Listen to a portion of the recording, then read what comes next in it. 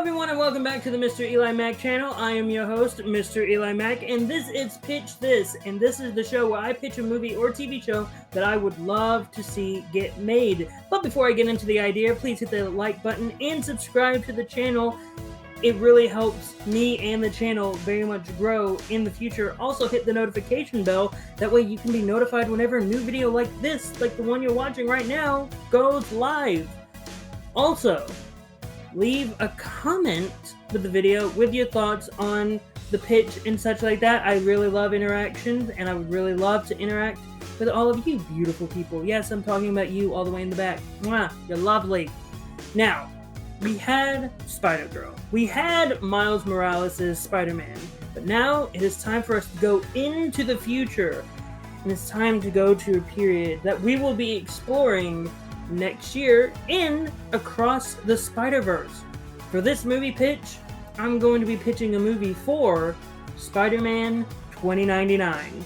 And the concept of 2099 has always fascinated me, for it was truly the first time where no one connected to Peter was the main character. I mean, it was Miguel O'Hara, and that was always interesting to me. And Spider-Man Unlimited tried to have elements of 2099, but failed to live up to some of those ideas. In fact, they were going to try to make a 2099 TV show for Spider-Man, except Batman Beyond was made first. So they just scrapped that idea completely. So I'm going to try my hand at telling a story set in 2099 with Miguel O'Hara being the main character, with Miguel O'Hara being the one to take up the mantle of Spider-Man. So here is the movie pitch for Spider-Man 2099. So I think it's, before we actually go into the pitch, let's get to know Miguel O'Hara. Miguel O'Hara is an arrogant geneticist at the company of Alchemex, and he also created an AI assistant called Lila. And he once had a great relationship with a woman named Zina Kwan, or Zina Kwan. I'm not 100% sure. Again, when it's on the page, you don't know how to pronounce it, so I'm just saying her name is Zina Kwan because it is Xina. But he really screwed that relationship up by cheating on her with his now current fiancée, Dana D'Angelo. However, despite all of his faults, he still finds a way to look out for his mother and his brother, his mother being Conchata O'Hara and his brother being Gabriel O'Hara. But now we're going to move over to where he works, and he works under the man Tyler Stone, who is the vice president of the R&D department for Alchemex. And with Stone, Miguel works hard in trying to create a peacekeeping soldier force with the parts of Spider-Man's DNA that still exist. And Tyler Stone also includes a man known as Aaron Delgado into the project. And the three men work together, and work is going over pretty smoothly. Unfortunately, Miguel soon discovers that the peacekeeping idea isn't actually what they're going for, what Alchemex is going for. Instead, they're trying to continue their course of suppressing the voices against Alchemex, because Alchemex is this big corporation that everyone looks over. Imagine Big Brother from 1984, the George Orwell's 1984. They are Big Brother. They are the corporation in charge, and what some people are worried that Disney is going to be in the future. That is Alchemex, and Miguel confronts Tyler Stone about this relationship and about the soldiers that were meant to be peacekeeping, but Stone throws it right back at Miguel, specifically stating that none of the people working on the project are good people. I mean, he mentions Aaron Delgado and what he's done. He's talking about Alchemex. He even throws it in Miguel's face that he cheated on his girlfriend and is now about to marry someone else. So it's like, Tyler Stone is basically telling Miguel, hey, no one on this project is good, but we're going to do what we can. And so Stone even mentions that the CEO of Alchemex has approved of it. Who is the CEO, you're wondering? That's a secret for if they want to make sequels. They can determine who the CEO of Alchemex is. But if you've played Spider-Man Edge of Time, you can sort of guess who the CEO of Alchemex is. Moving on, Miguel then decides, after this major acknowledgement of what Alchemex is, Miguel decides to steal the project and place his own genes to sabotage the machine. However, Aaron Delgado reverses the process and causes the machine to change Miguel's DNA into 50% spider. And this was meant to maybe kill Miguel. However, Miguel survives the process, and he soon discovers that he has spider powers. And seeing that Miguel now has spider powers, Stone tells Delgado to release Kron to hunt him down. Who is Kron, you may ask? Well, we'll get there as the movie progresses forward with Miguel trying to avoid being found as he is escaping some of the officers of Alchemax, and Miguel is able to go back to his apartment and find a Day of the Dead costume that he wore during Day of the Dead, and he puts it on as a tight blue spandex, some red across the face and the body. Basically what I'm saying is this is the Spider-Man 2099 costume. Am I taking some of the very much history that the actual comic laid in front of me? Yes, I did, because why change what's not broken? Or maybe some people may not like Spider-Man 2099, the comic, and wants me to change more of it. Oh well, this is the origin of the comic, of the suit.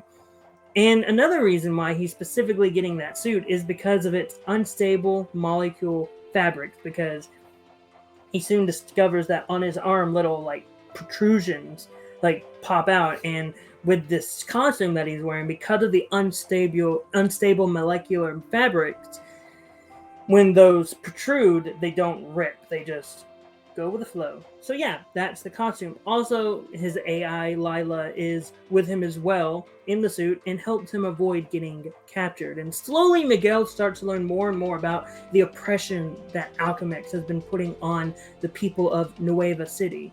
Or, well, that's the name of New York City in 2099, Nueva City.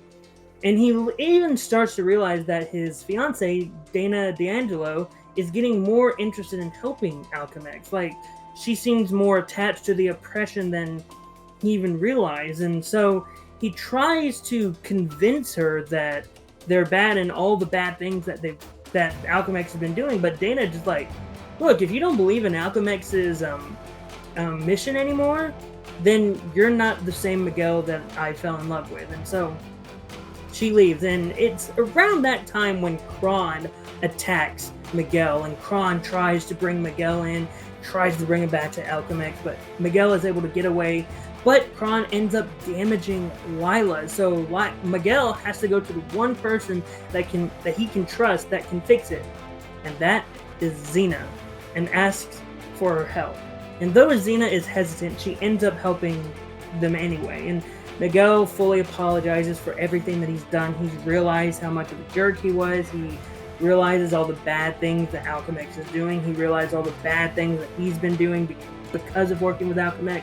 He's trying to mend fences. However, in the movie, he doesn't try to get back with Xena. I know the obvious thing is, well, Xena's going to be the love interest, so you gotta patch that little snag that they had in the past of Miguel cheating on her and fix that for moving forward. But I'm not gonna do that in this movie. In real life, if something like this happens and the person who did cheat and trying to get back in the relationship is really repentant for it and is legitimate, the person's very much gonna be no, don't get back in a relationship with me.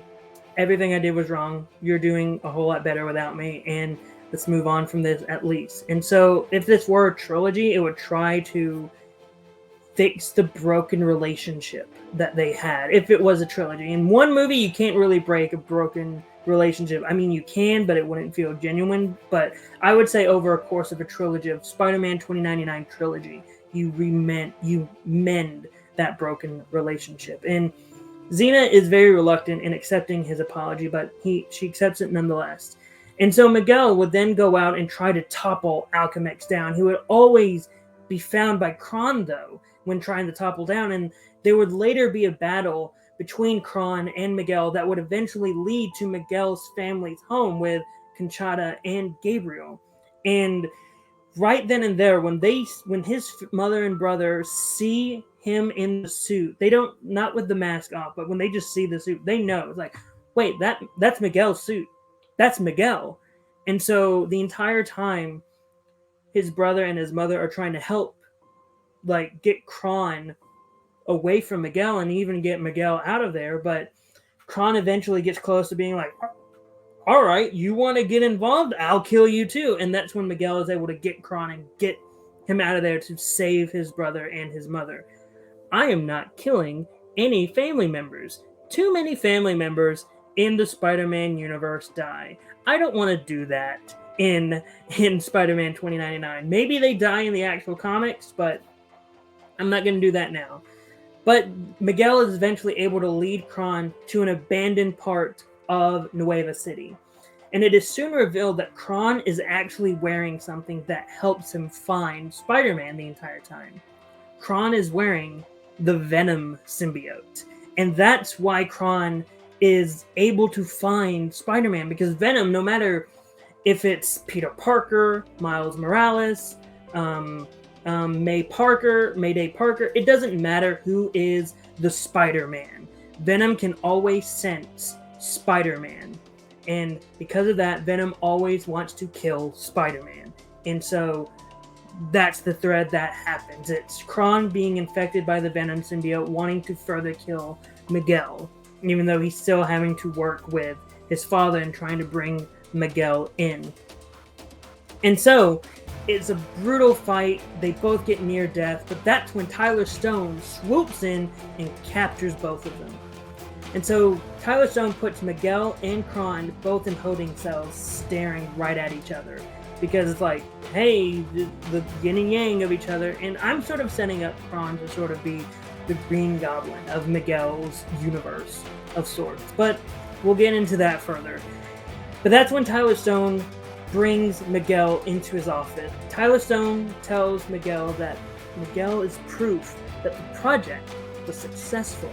And it's later revealed that Dana has actually been one of the benefactors and one of the people putting money into this research. And that's when Miguel is like, what is happening?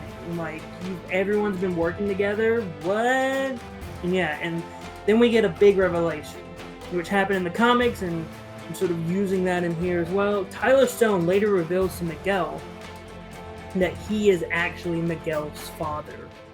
And so that's the big revelation of Miguel even further, like, what? But then we would cut back to Kron as he's trying to break his way out of his prison. Eventually, Kron would break out of his prison, and he would go on a rampage, killing everyone that's in the hallways leading towards Stone's office. And then as Stone would hear this, he would quickly, he just pushes Dana forward and quickly grabs Miguel and gets out of there. And Dana would topple and fall down and what's happening? And Miguel or Tyler Stone would take Miguel and they would get the heck out of that office. But then Kron would enter and he would just destroy and massacre Dana in there. And Stone would later explain the reason why Kron wants to kill Miguel, and it's because of the familial ties. Kron's been wanting to kill Miguel for years. Kron has even secretly known that Miguel is his half-brother. So Kron has been wanting to take out Miguel since they were children, because, again, I will also explain in the movie that Kron and Miguel have known each other since childhood. And so, yeah, so Stone wanted to make Miguel a better version of Kron. And that was the point of the entire experiment. And Miguel, he just doesn't buy this at all. And he would find a way to break out of his restraints the moment Kron gets to them. And Miguel and Kron would fight each other as Tyler Stone tries to escape, trying to get to some sort of helipad or whatever is in the future, whatever futuristic helicopter they have.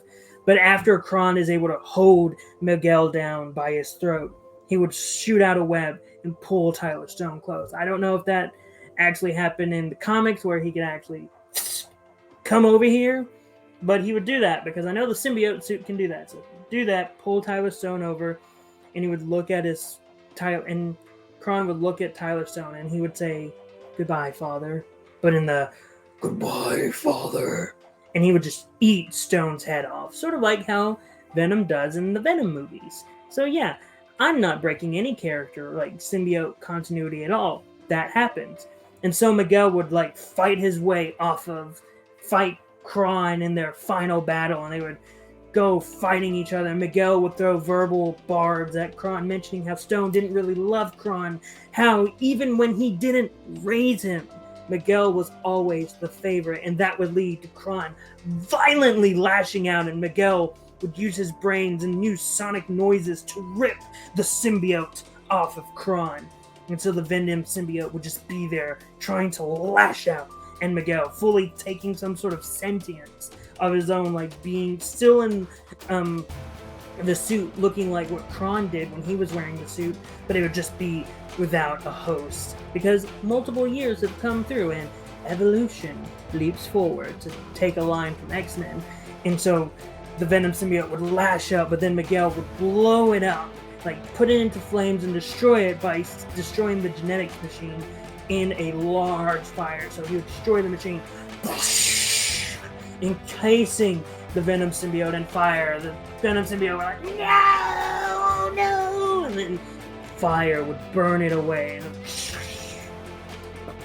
yeah, the Venom symbiote is dead.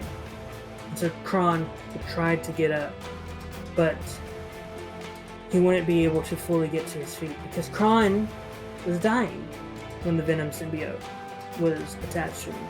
And so without the Venom symbiote, Kron continues to die, and that part of him that was dying is dying again. And so Miguel would go over to Kron and try to soothe him and try to keep him feeling better and tell him that he'll save him.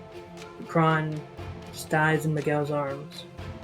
And then we would go over, sort of, to the main Alchemix headquarters, where maybe in Nueva City, maybe somewhere else, don't know yet, but this would be the hint of something, where we would see Aaron Delgado telling the CEO that the stones have been taken off the board, but Spider-Man is still a problem. And so the CEO would be, it doesn't matter. Spider-Man has always been a problem to me. I'll take him out just like I did all the others. Maybe referring to other heroes that existed in the 2099 timeline. I don't know.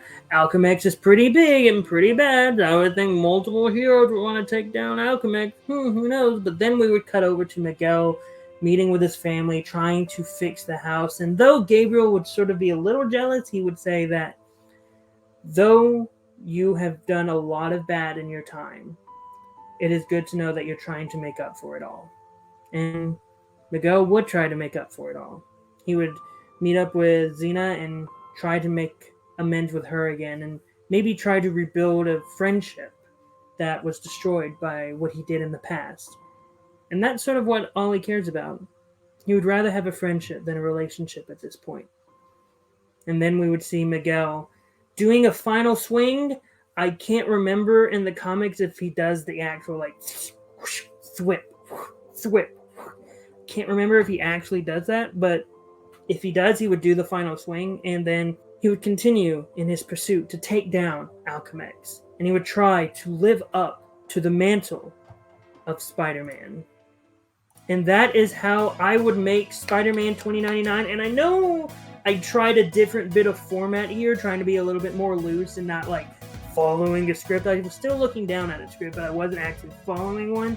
So yeah, I wanted to try to freshen things up here on the channel, freshen up how I did the show, and I think it works by trying to freshen it up during Spider-Man month, since Spider-Man is a quip. He's that type of person. But yeah, this was very much inspired by the early run of Spider-Man 2099, and maybe this could sort of be a direction that Sony would want to go in, yeah. Who knows, to be honest, because I really want them to do a Spider-Man 2099 movie, even if it's only an animated movie that's a spin-off from the Spiderverse movies. I mean, imagine Oscar Isaac coming back to play Spider-Man 2099 in animation. I don't know, I think that would be cool. If you saw, I was doing my own little fan casting pictures. I know none of them were Oscar Isaac for Miguel O'Hara because I was imagining it for live action, and I think Oscar Isaac's a little too old to play Miguel O'Hara in live action because Miguel is sort of like in his late 20s to 30s. But yeah, moving on from that, he'll be showing up in Across the Spider-Verse, Miguel O'Hara, Spider-Man 29, and I'm excited for this. But next week, we're continuing our trek through the Spider-Verse to a point that only ever existed in the 1970s. A version of Spider-Man that only existed in Japan.